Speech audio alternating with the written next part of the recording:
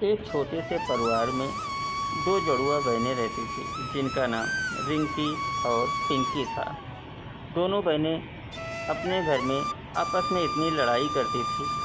पिंकी को कभी भी काम करने का मन नहीं करता था, वहीं पे रिंकी हमेशा काम करने में आगे रहती थी, क्योंकि उसको काम काज करना बहुत अच्छा लगता था। पिंकी को सिर्फ बातें बनाना ही अच्छा लगता था। इसी तरह रोज़ घर में किसी न किसी तरह काम ना करके दोनों बहनें लड़ाई किया करती थी।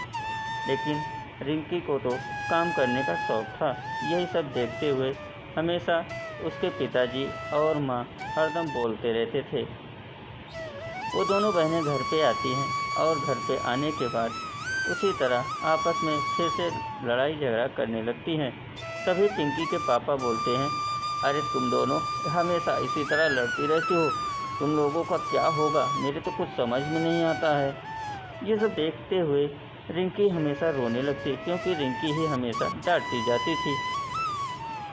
और रिंकी जैसे ही अपनी बहन के पास आई तैसे बोली, हो गई ना तुम्हें, तुम्हारे दिल को ठंडक मिल गई ना। अरे यार, क्यों परेशान होती हो, शादी होने के बाद तुम अपने घर चली जाओगी और मैं अपने घर। लेकिन क्या पता इन दोनों की किस्मत में क्या लिखा था, दोनों बहनों का शादी भी एक ही घर में हो जाता है। तभी पिंकी मनी मन और ज़्यादा खुश होने लगती है। अब तो सारे काम रिंकी को ही करना पड़ता था, लेकिन जब भी कोई मुसीबत आती हमेशा वो रिंकी के ऊपर डाल देती थी। एक दिन घर में बैठ के टीवी देख रही थी और चाय पी रही थी, तभी उसके साथ आ जाती है शांति। शांति बोलती है, क्यों बहू ऐसे क्या बैठी हो, जाके कुछ काम भी कर लिया करो, हमेशा तुम बैठी रहती हो। अरे माँ जी, अभी तक मैं तो काम ही कर रही थी, जाके रिंकी को बोल दो ना, वो भी कुछ काम कर लिया करे, मैं तो अभी करके ही आ रही हूँ। शांति बोलती है, कोई बात नहीं बेटा, मैं जाके अब उनको बोल देती हूँ। जैसे ही शांति उनके पास जाती है तो देखती है कि रिंकी झाड़ू लगा रही होती है। सास को कुछ पता नहीं था कि इन दोनों बहनों में क्या चल रहा है। अब ये सब देखते हुए शांति मन ही मन सोचने लगी, इन दोनों को कुछ न कुछ तो करना होगा, अब हमें ही कुछ पता लगाना होगा। लगता है इसमें से एक बहू मेरी काम चोर बहुत ज़्यादा है। यही सब सोच के रिंकी घर के सारे काम किया करती थी, झाड़ू पोछा बर्तन खाना सारे काम रिंकी का था। दूसरे दिन सुबह होते ही शांति बोलती है, जा बहू मेरे लिए चाय बना के ले आ। तभी पिंकी फिर से बोल देती है, अरे माँ जी, तुम रिंकी को क्यों नहीं बोलती, सारे काम मुझे से करने के लिए बोलती हो।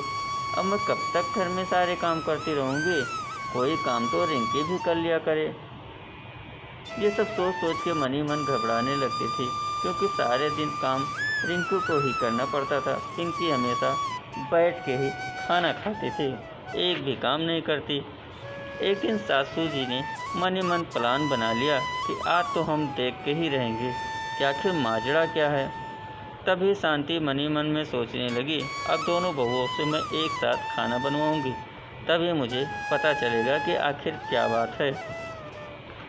तभी शांति पिंकी को और रिंकी को दोनों को रसोई घर में काम करने के लिए बोल देती हैं और रोटी बनाने के लिए कहती हैं। अच्छा, रिंकी को तो वो खाना बनाना आता था, क्योंकि रिंकी मन ही मन में यही विचार करने लगी और बोली, तुम दोनों जाके अब खाना बनाना है, आज मैं देखती हूँ तुम में से कौन सबसे अच्छा खाना बना के ले आता है। यही सब चलता रहा और शांति को तब भी कुछ नहीं पता चला, क्योंकि जब पिंकी खाना बना लेती तुरंत रिंकी खाने को बदल देती थी और डांट हमेशा रिंकी को खाना पड़ता था। ये सब देखते हुए रिंकी भी मन ही मन सोचने लगी, मेरी किस्मत में क्या ऐसे ही लिखा हुआ है, मैं कब तक ऐसे ही झेलती रहूँगी।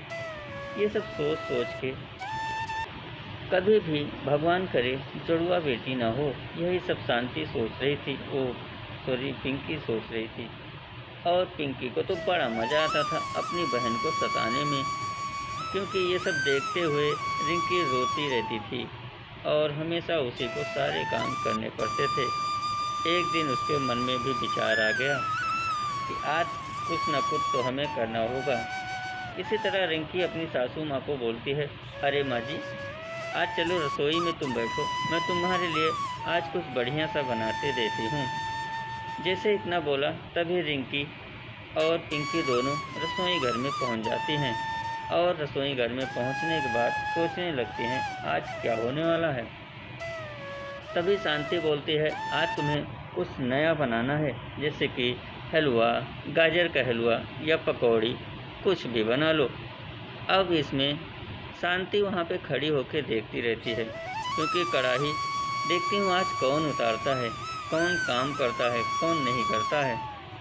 तभी देखती है वहाँ पे शांति कि रिंकी दूध और खीर बहने वाला होता है। तभी मनी मन सोचने लगती है कि आज तो कुछ न कुछ फंस गए।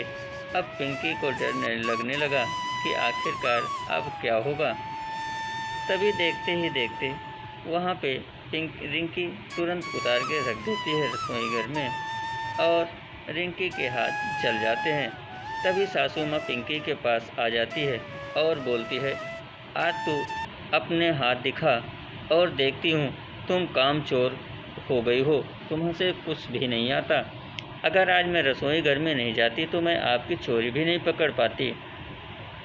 ये सब देख के पिंकी का हाथ देखने लगती है, लेकिन उसके हाथ में कोई घाव नहीं होता है। पिंकी भी सफाई देने लगती है, अरे माँ जी, आज मैं तो आपके लिए खीर बना रही थी, देखा ना तूने, किचन में सारे काम मैं ही कर रही थी। ये सब सोच के सास उनको बोली, अगर यही तो फ़र्क है, अगर मैं किचन में ना होती तो आज भी कुछ मुझे पता नहीं चल पाता। ये सब सोच के वहाँ से सास जो थी वहाँ से जाती है और रिंकी के कमरे में चली जाती है। रिंकी का जला हुआ हाथ देखती है और बोलती है शांति, अरे बेटा, आज के बाद कोई भी ऐसा काम मत करना जिससे आपको नुकसान पहुँच जाए।